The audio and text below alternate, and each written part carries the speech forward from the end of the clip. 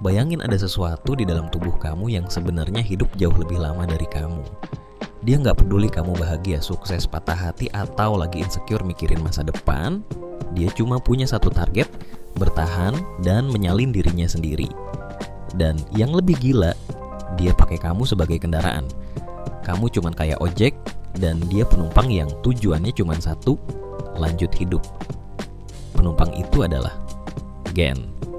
Selamat datang di channel ringkasnya, channel yang membahas ide-ide dari buku terbaik untuk kamu yang gak sempat baca buku. Kali ini kita akan membahas buku The Selfish Gene karya Richard Dawkins.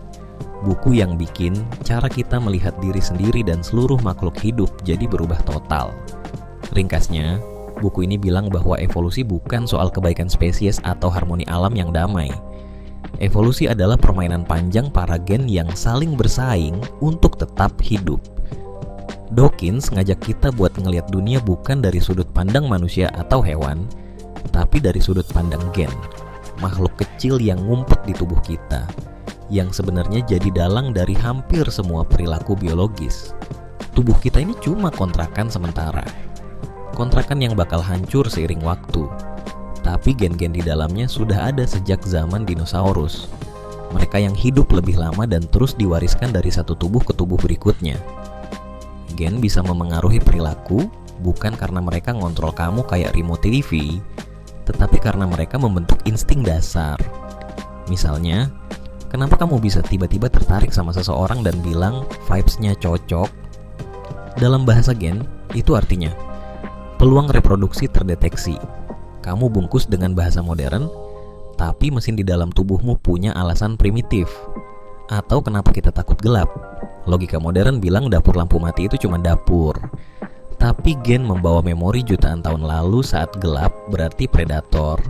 Dan orang-orang yang terlalu santai waktu itu udah jadi camilan singa. Yang selamat adalah mereka yang penuh waspada. Itulah yang diwariskan. Banyak perilaku kita nggak nyambung sama dunia modern karena gen masih hidup dengan software zaman batu. Misalnya craving makanan manis. Dulu manis berarti energi dan kesempatan bertahan hidup.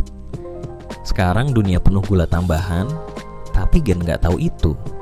Dia cuma tahu makanan manis berarti energi untuk bertahan hidup. Jadilah kita kena jebakan yang sama berulang-ulang. Lalu muncul pertanyaan, kalau gen egois, kenapa ada makhluk yang kelihatan baik hati? Kayak semut pekerja yang rela mati demi koloni, atau burung yang berbagi makanan? Jawabannya, karena mereka membantu individu lain yang membawa gen yang sama. Namanya kin selection. Saat kita sayang pada keluarga, itu bukan cuma rasa hangat di hati. Itu adalah strategi evolusi, membantu gen yang sama agar tetap hidup. Kadang kebaikan muncul bukan karena niat mulia, tapi karena membantu gen kamu sendiri di tubuh orang lain. Bahkan konsep moralitas dasar bisa muncul dari pola-pola sederhana, kayak tit for tat, yang berarti gue baik ke lo kalau lo baik ke gue. Di dunia hewan, itu berkembang jadi kerjasama.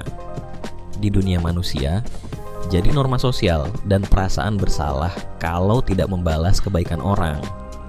Tapi ini bukan berarti hidup nggak berarti atau semuanya cuman mesin dingin. Justru sebaliknya, Dawkins bilang kita adalah satu-satunya makhluk yang bisa membangkang. Gen menciptakan insting dasar, tapi otak kita memberi kemampuan untuk memilih.